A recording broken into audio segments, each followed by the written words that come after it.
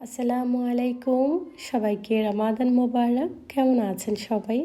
আশা করছি যে যেখানে আছেন আল্লাহর রহমতে সবাই সুস্থ আছেন। আলহামদুলিল্লাহ আমরাও ভালো আছি। নতুন আরও একটি ভিডিও দেখার জন্য আপনাদের সবাইকে আমন্ত্রণ জানাচ্ছি। আশা রাখছি বরাবরের মতো আজকের ভিডিওটাও আপনাদের কাছে ভালো লাগবে। সকাল হয়েছে সেই কখন, এর মাঝখানে ছোটোখাটো কাজ যেসব ছিল এগুলো গুছিয়ে নিলাম।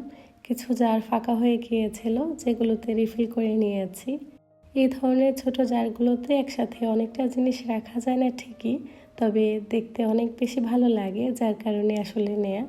বাকি যেগুলো থাকে ওগুলো হচ্ছে আমি আলাদা জারে রেখে দিই। সকালের সময়টা নর্মাল দিনগুলোর তুলনায় একটু আলাদা। এখন তো সকালে আর নাস্তা বানানোর ঝামেলা বা বাচ্চাদের রেডি করা সব কিছু মিলিয়ে ওরকম ঝামেলা থাকে না ঠিকই, তবে বাড়তি টুকটাক কাজকর্ম থাকে। তবে ছুটির দিনগুলোতে আমার জন্য কাজকর্ম গোছানোটা কিছুটা সহজ হয়, কারণ ছুটির দিনগুলোতে ফজরের নামাজ পড়ে তারপর বেশ কিছুটা সময় একটু করে ঘুমাই। তাছাড়া বাকি দিনগুলোতে যেদিন স্কুল খোলা থাকে ওই দিন আর সেই সময়টুকু হাতে থাকে না, কারণ ফজরের নামাজের পরপরই ওদের স্কুলের জন্য রেডি হতে হয়, সব কিছু গোছগাছ করতে হয়। তো সব মিলিয়ে হাতে তেমন একটা সময় থাকে না, আর সেই সুযোগটুকুও আমার হয় না। ছুটির দিনগুলোতে তো একটু করে সময় নিয়ে কাজগুলো গোছাতে পারি, বেশি রাত হলেও সমস্যা হয় না। তবে বাকি দিনগুলোতে এই তো রুটিন অনুযায়ী চলতে হয়। তবে রুটিনের মধ্যে থাকাটাই ভালো। তাছাড়া হঠাৎ করে যখন টাইমটা চেঞ্জ হয়ে যায় নিজেরও ভালো লাগে না। সেই টাইমের মধ্যেই সব কিছু গুছিয়ে নেওয়ার যে একটা অভ্যাস হয়ে যায়, ওইটার মধ্যেই আসলে সব কিছু গোছাতে হয় আর কি। এখানকার স্কুলগুলোতে অনেক সকালে স্কুল শুরু হয়ে যায়, সেই সাথে সকাল সকাল ছুটিও হয়ে যায়। আমরা তো স্কুলে গেলে 4টা 4:30 করে বাসায় আসতাম, 9টা 10টা করে যেতাম। তবে এখানে কিন্তু এরকম না, খুবই সকালেই বাসা থেকে বের হতে হয়। যাদের বাসা একটু দূরে তাদের তো আরও সকাল সকালই বাসা থেকে বের হতে হয়। তো রমজান মাসে দেখা যায় সব কিছু মিলিয়ে আসলে টাইমের স্বল্পতা দেখা দেয়। তো যাই হোক, চেষ্টা করি আসলে সময়ের মধ্যে যাতে সব কিছু গোছাতে পারি। তবে ছুটির দিনগুলো ছাড়া বাকি দিনগুলোতে খুব তাড়াহুড়ার মধ্যেই সকালের সময়টা কাটে। এখানে আমি ইফতার বানানোর জন্য বেশ কিছু ডিম সিদ্ধ করে নিয়েছি। দুপুরের সময়টাতে আমার যেসব টুকটাক কাজকর্ম থাকে ওই কাজগুলো আমি জোহরের নামাজের আগেই গুছিয়ে নিই। তাছাড়া সব দিন তো সমান যায় না, অনেকের ক্ষেত্রে দেখা যায় জোহরের পর কাজকর্ম গুছিয়ে থাকেন, অনেকের ক্ষেত্রে তার আগে। আসলে যে যার সংসারের কাজের সুবিধা অনুযায়ী কাজকর্ম গুছিয়ে থাকেন, তো আমিও তার ব্যতিক্রম না। চেষ্টা করি নির্দিষ্ট সময়ের মধ্যে যাতে কাজগুলো গোছাতে পারি। তাছাড়া ছোট বাচ্চা থাকলে আসলে সব মিলিয়ে সময় মতো সব কাজ গুছিয়ে নেওয়াটা সম্ভব হয়ে ওঠে না, তবুও চেষ্টা চালিয়ে যেতে হয়। আমি প্রতিটা কাজ আমার মতো করে গোছাতেই বেশি পছন্দ করি। সব কিছুতে যে পারফেক্ট খুঁজতে হবে বা পারফেক্ট দেখাতে হবে সেটা আমার একদমই ভালো লাগে না। আমার কাছে মনে হয় প্রতিদিনকার কাজকর্ম, সেই সাথে ব্যস্ততা, এই তো যেরকমভাবে আমার সময়গুলো কাটে ওরকম কিছুটা অংশই আমি আপনাদের সঙ্গে শেয়ার করি। আমি যেহেতু একজন সাদামাটা গৃহিণী, সেই সাথে মা, সারাদিনের আমার ব্যস্ততা থাকে বাচ্চাদের, সেই সাথে সংসারের টুকটাক কাজকর্ম নিয়ে। তবে যেসব আপুরা চাকরি করেন বা বাহিরে জব করে থাকেন তাদের ক্ষেত্রে কিছুটা ডিফারেন্ট হতে পারে, কিন্তু তাছাড়া আমরা যারা গৃহিণী আছি ঘরের কাজকর্ম সেই সাথে বাচ্চাদের সব মিলিয়ে ব্যস্ততার মধ্যে কিন্তু সময়গুলো যায়। এছাড়াও যেসব আপুরা বাহিরে জব করেন তাদেরও কিন্তু যতই কাজকর্ম করুক না কেন বাসায় এসে কিন্তু কম বেশি দেখাশোনা করতেই হয়। আমরা মেয়েরা সব দিক সামলিয়ে একেবারে পটু হয়ে যায় সময়ের সাথে সাথে, তাই না? সময় খুব দ্রুতই চলে যায়, মানুষ মাত্রই ভুল। আমরা মানুষ কোনো কিছুতেই আসলে পারফেক্ট করতে পারি না, কিন্তু পারফেক্ট কিন্তু আমরা ঠিকই খুঁজি। তারপরেও আমি আসলে আমার সংসারের কাজকর্ম বা ব্যস্ততা এসবকে ঘিরে আমার ভিডিওগুলো থাকে। তবুও আশা করছি আপনাদের কাছে ভালো লাগবে। যদি ভালো নাও লাগে দেখতে থাকেন, ইনশাল্লাহ একটা সময় না একটা সময় ঠিকই ভালো লাগবে। তবুও আমি অনেক কিছু শিখছি, হয়তো বা এর মধ্যে অনেক ভুল ত্রুটি হচ্ছে, আপনারা ক্ষমা সুন্দর দৃষ্টিতে দেখবেন। আর ভিডিওটা যদি এতক্ষণ অবধি ধৈর্য সহকারে দেখে থাকেন, ভিডিওটা দেখার পর কোথাও কোনো অংশ যদি ভালো লাগে তো আপনি চাইলে ভিডিওতে একটা লাইক দিয়ে ভিডিওটা কন্টিনিউ করতে পারেন। যারা চ্যানেলে নতুন চাইলে ছোট্ট এই চ্যানেলটিকে সাবস্ক্রাইব করে নিতে পারেন। যে সকল আপু ভাইয়ার এই কাজটি করে নিয়ে আছেন, আপনাদের সবাইকে অসংখ্য ধন্যবাদ। বেশ কিছুদিন আগে টুকটাক কিছু কেনাকাটা করেছিলাম। সংসার মানেই তো প্রয়োজনের শেষ নেই, আজকে এটা তো কালকে ওটা। আমরা সবাই কম বেশি নিজের চাহিদা, নিজের পছন্দকে অনেকটা প্রাধান্য দেওয়ার চেষ্টা করি, তবে বেশ অনেক ক্ষেত্রেই দেখা যায় এই জিনিসটা থেকে আমরা পিছিয়ে যাই। তবে সংসারের জন্য কেনাকাটা করতে গেলে কম বেশি আমরা সবাই মনে হয় অনেক বেশি পছন্দ করি, তাই না? আমিও তার ব্যতিক্রম না। সংসার মানেই প্রয়োজনের শেষ নেই। নির্দিষ্ট একটা সময়ের পর হয়তো বা এই জিনিসগুলো ভালো লাগবে না। আগে যখন কেনাকাটা করতে যেতাম খুব একটা ভালো লাগতো না, তবে সময়ের সাথে সাথে এই জিনিসগুলোর প্রতি যেন মায়া বেড়েই চলেছে। যতই বলি না কেন যে আর কিনবো না, অনেকগুলো কেনা হয়েছে, তারপরও মন কেন যেন একেবারে মানতেই চায় না।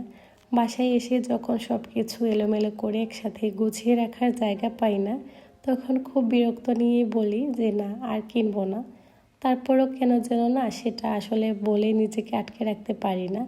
যখন মার্কেটে যাই এগুলো দেখি এত বেশি ভালো লাগে, মানে না কিনে আসলে মনে হয় মনের মধ্যে কেমন যেন একটা অস্থিরতা কাজ করে।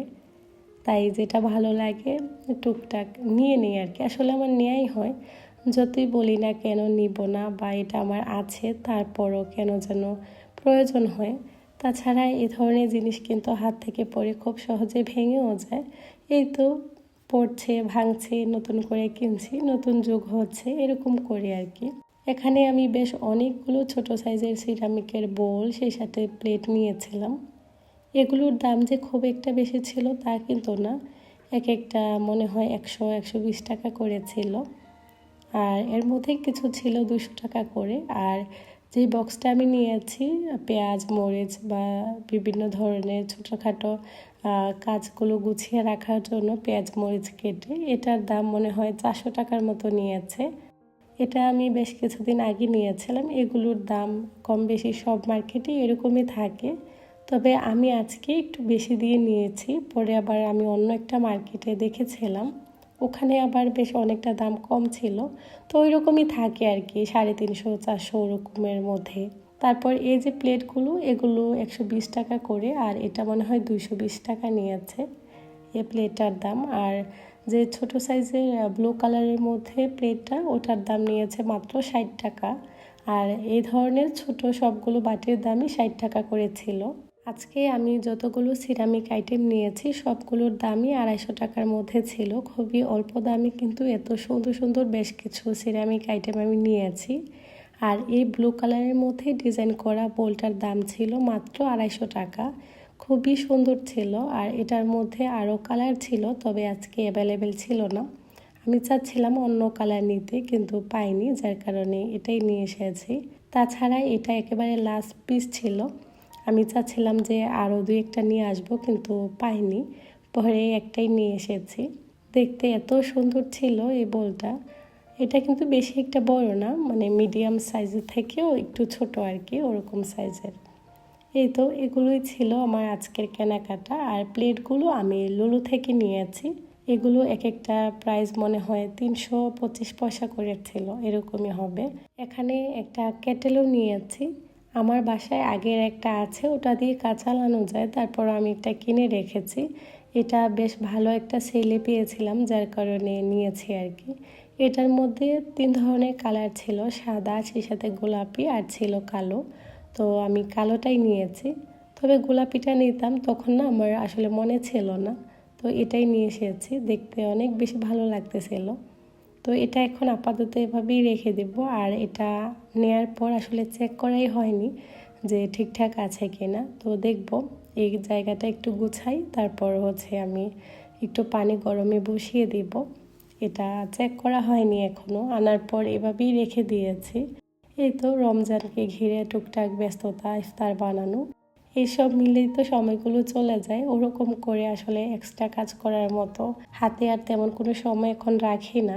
বাসায় যত ছোটোখাটো কাজ আছে ওই কাজগুলো আসলে টুকটাক গুছিয়ে থাকি, যেগুলি প্রতিদিনকার কাজ গুছাতেই হয়। তা না হলে বাকি সময়টুকু চেষ্টা করি নিজের মতো করে কাটানোর জন্য। রমজান মাস ইবাদত বন্দেগী করার মাস, যতটুকু সময় পাই চেষ্টা করি ওইটাতেই কাজে লাগাতে। তাছাড়া ঘরের অনেক কাজই তো থাকে যেগুলো আসলে সময়ের মধ্যে গোছাতে হয়। এই জিনিসগুলো ছিল আমার আজকের কেনাকাটা। কেমন হয়েছে অবশ্যই কমেন্ট করে জানাবেন। এরই মধ্যে জোহরের আজান হয়ে গিয়েছিল। আমি নামাজ কলমাও শেষ করে নিয়েছি। ওরকম করে না জোহরের পর বাকি যেটুকু সময় থাকে একেবারে এটা আমার মতো করে কাটাই, তেমন হাতে কাজকর্ম থাকে না। একেবারে আসরের নামাজ আদায় করে তারপর আমি সোজা ইফতার বানানোর জন্য চলে যাই, বা ইফতার রেডি করার জন্য টুকটাক কিছু গুছাই আর কি। রোজা আসবে আসবে করে দেখতে দেখতে রোজা প্রায় চলেই যাচ্ছে। কত দ্রুত রোজার সময়গুলো কেটে যাচ্ছে। 2টা রোজা অলরেডি হয়েও গিয়েছে চোখের পলকেই। মনে হচ্ছে যেন রোজা আসবে। এই তো চোখের পলকেই কিন্তু রোজা কেটেও যাবে। রোজার এই দিনগুলো আলহামদুলিল্লাহ এত বেশি ভালো যায়, বাচ্চা বড় সবার মনে না একটা অন্যরকম আনন্দের ছোঁয়া থাকে। আমার যে কি ভালো লাগে, ইফতারের সময় যখন ইফতার বানাতে আসি বাচ্চারাও আসে, দেখে বারবার করে বলে আম্মু কখন ইফতার রেডি হবে, আমরা সব কিছু গুছাবো। তো মনের মধ্যে না একটা অন্যরকম প্রশান্তি আসে। রমজান মাস সবার জীবনে একটা শান্তি নিয়ে আসে, যে শান্তির মধ্যে না একটা অন্যরকম প্রশান্তি রয়েছে। এখানে আমি আলুর চপের জন্য আলুগুলোকে রেডি করে নিয়েছি। আজকে মনে হয় কেমন যেন সব কিছু তাড়াহুড়া করে গুছিয়ে নিচ্ছিলাম। এখানে আমি বেগুনিগুলো বানিয়ে নিচ্ছি। আগে থেকে যদি টুকটাক কিছু প্রিপারেশান থাকে এই কাজগুলো অনেকটা সহজ হয়ে যায়। তবে ইফতার বানানোর পাশাপাশি যখন ভিডিও করি সব মিলিয়ে না কেমন যেন আসলে এলোমেলো লাগে।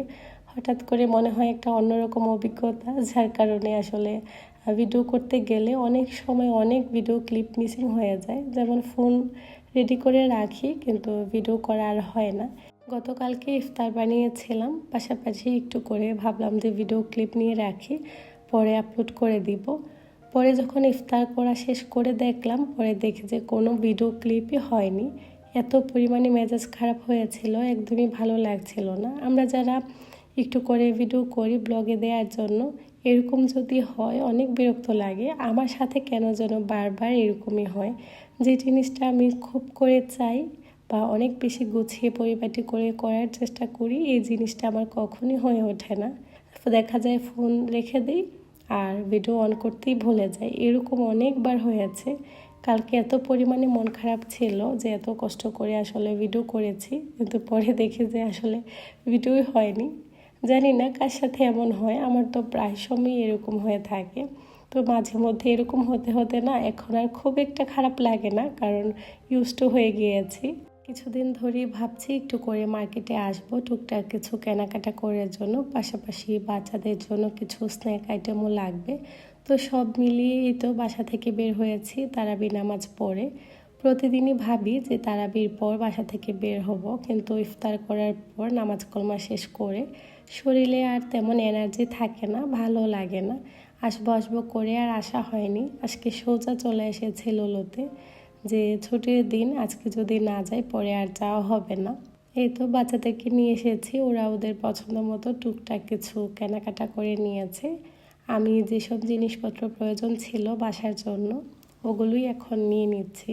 খুবই অল্প সময় নিয়েই আসা হয়, তারপরেও সব কিছু ঘুরে দেখতে কেনাকাটা করতে করতে অনেক রাত হয়ে যায়, যার কারণে ছুটির দিন ছাড়াও ওরকম করে বাইরে খুব কম দিনই বের হওয়া হয়। এখানে আসার পর কিচেন আইটেম থেকে একটু করে ঘুরে যাচ্ছি। এখানে যদি একটু ঘুরে না যাই মনটাও ভালো লাগবে না, যার কারণে একটু করে দেখি আর কি যে নতুন কি এসেছে বা কি আসলো। এগুলি ঘুরে ফিরে দেখা হয় আর কি। এই হাঁড়িটা দেখতে বেশ সুন্দর ছিল, তবে জানি না কালারটা কতদিন ভালো থাকবে। তারপর আমি এখান থেকে একটা ফ্রাই প্যান নিয়ে নিয়েছি। তারপর এখন শুরু হয়েছে টুকটাক বাজার। এখানে বেশ অনেকগুলো ওটস নিয়ে নিয়েছি একসাথে। আজকে 2টার মতো বড় দেখে ওটসের ক্যান নিয়ে নিয়েছি। এগুলোও বেশ প্রয়োজন হয় বাসায়, প্রতিদিনকারই কাজে লাগে। বাচ্চাদের জন্য জেলি নিয়ে নিলাম, ওদের পছন্দের বেশ কিছু সিরিয়াল, সেই সাথে ডিম, পোলাওয়ের চাল, যাবতীয় যেসব জিনিসপত্র প্রয়োজন এগুলোই নিলাম। তাছাড়া সপ্তাহের মধ্যে জুনায়েদের বাবা 1-2 বার আসেন শুধুমাত্র সবজি নেওয়ার জন্য, কারণ পুরো সপ্তাহ জুড়ে কিন্তু ওরকম সবজি থাকে না। এগুলোই ছিল আমাদের টুকটাক কেনাকাটা। আজকের ভিডিওটা এই পর্যন্তই। সবাই ভালো থাকবেন। আল্লাহ হাফিজ।